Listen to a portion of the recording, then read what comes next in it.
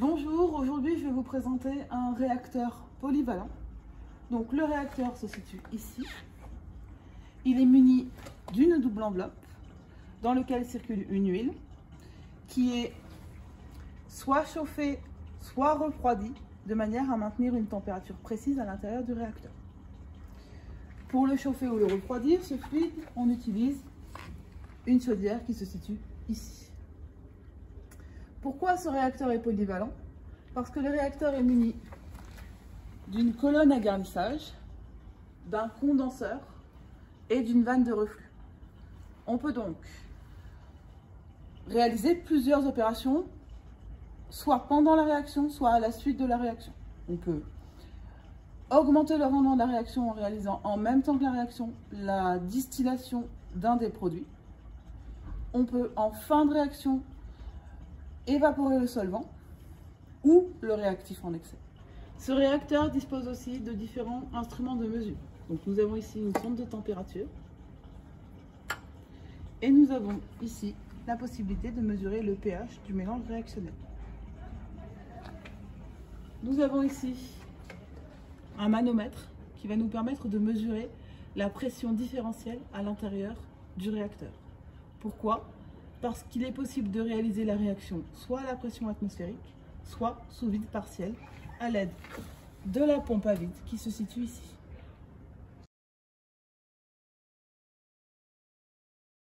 On va procéder à la mise en route du pilote. Pour cela, on commence comme toujours par mettre en route l'eau de refroidissement.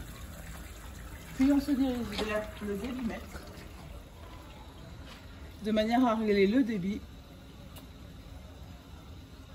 à 200 litres par heure.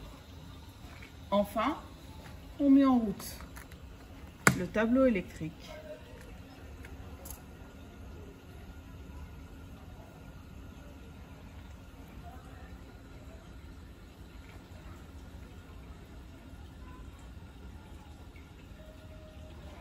on fait apparaître le synoptique de manière à vérifier que les températures sont cohérentes. Puisque nous ne faisons encore rien, ils doivent être de l'ordre de 20 degrés. On se met sur reflux total si ce n'est pas le cas. Puis, on va mettre en route la chaudière. Mise en route générale en bas. Mise en route ici, ici, ici.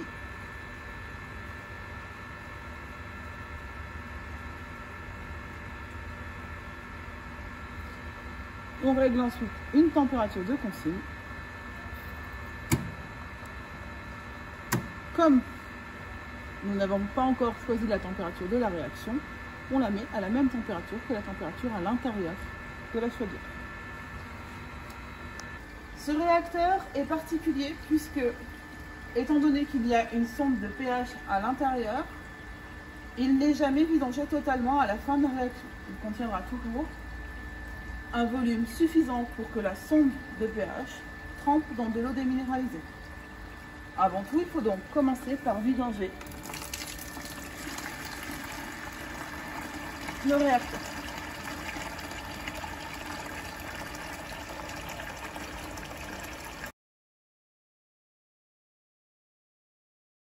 Une fois que le réacteur est vidangé, je vais donc fermer la vanne. Puis je vais pouvoir charger le réacteur. Pour cela, j'ouvre le bouchon sécurisé du trou de main.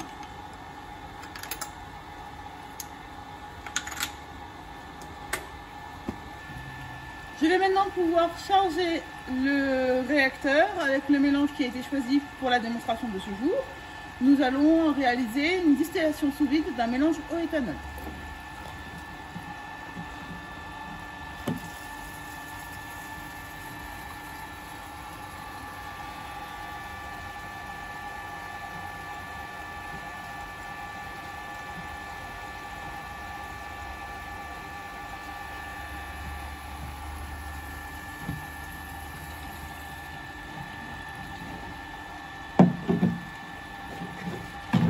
Puis, je ferme le bouchon sécurisé.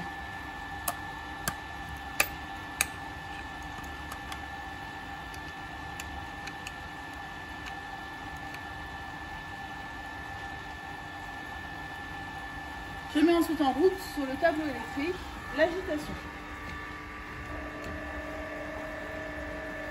Et je vais régler la température de chauffe.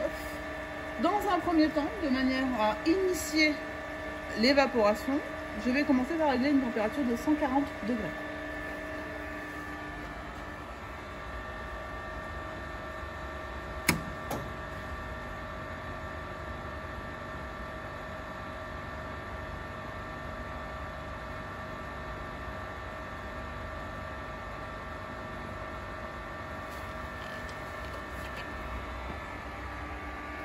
Cette température, je ne vais pas pouvoir la conserver durant toute la manipulation. Lorsque l'évaporation sera initiée, que le mélange sera à ébullition, il faudra que je vérifie que la température de consigne n'entraîne pas un emballement de la réaction. C'est-à-dire que dans le réacteur, je ne veux pas que l'ébullition fasse un bouillonnement qui dépasse ce niveau-là dans le réacteur. Sinon, il y a emballement et risque de projection de liquide. Donc, un danger pour le manipulateur. Je vais réaliser une distillation sous vide, comme nous l'avons dit. Donc, je dois mettre en route la pompe à vide.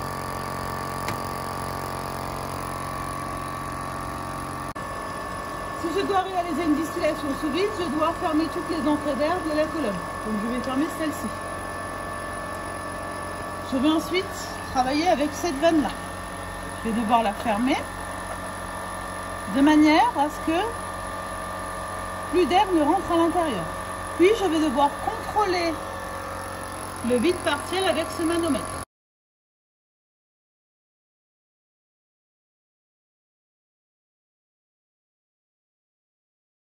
Tant que la pression n'a pas atteint la consigne, je laisse la vanne fermée.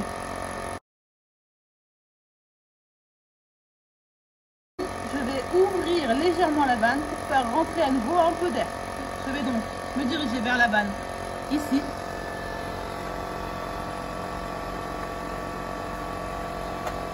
Et je vais l'ouvrir de manière à laisser rentrer de l'air.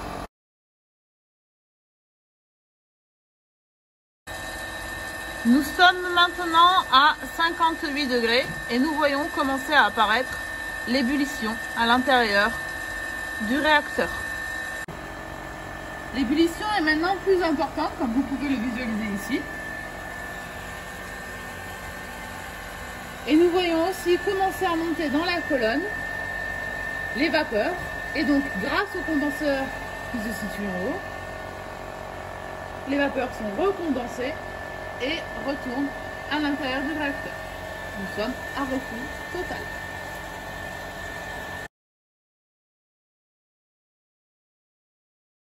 Nous sommes maintenant à l'équilibre. Vous voyez que la température de tête a augmenté, s'est stabilisée autour de 52 degrés.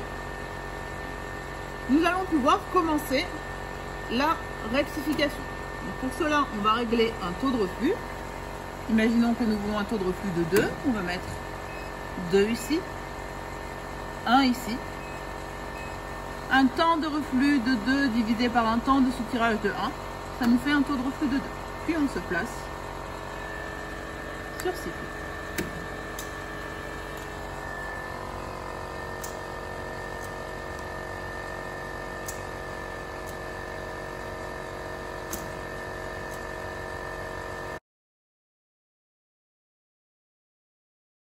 Nous avons maintenant suffisamment de distillat, nous allons pouvoir arrêter la manipulation. On commence par se placer sur reflux total. Puis, nous allons diminuer la température de consigne de manière à refroidir le mélange contenu dans le réacteur.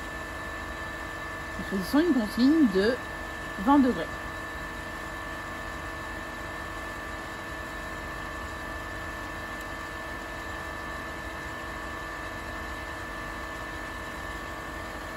Nous allons aussi arrêter le vide dans la colonne. Pour cela, nous commençons par éteindre la pompe à vide. Puis, nous allons remettre de l'air dans la colonne en ouvrant cette vanne.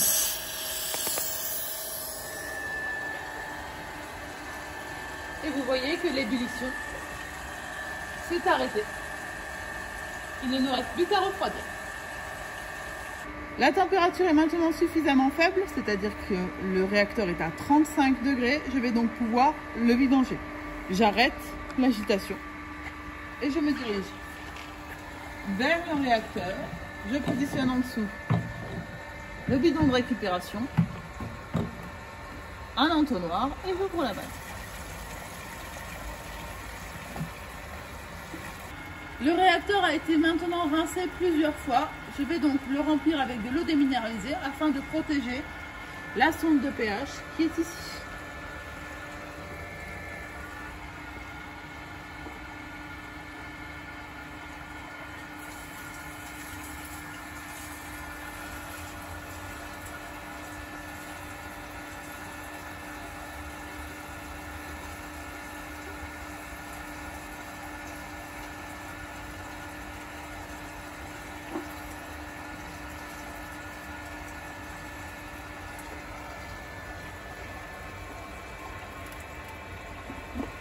Puis, je ferme le réacteur.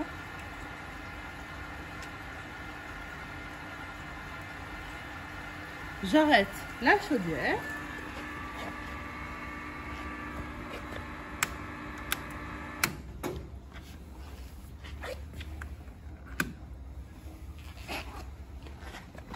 Je coupe le tableau électrique. Et j'arrête l'eau de refroidissement.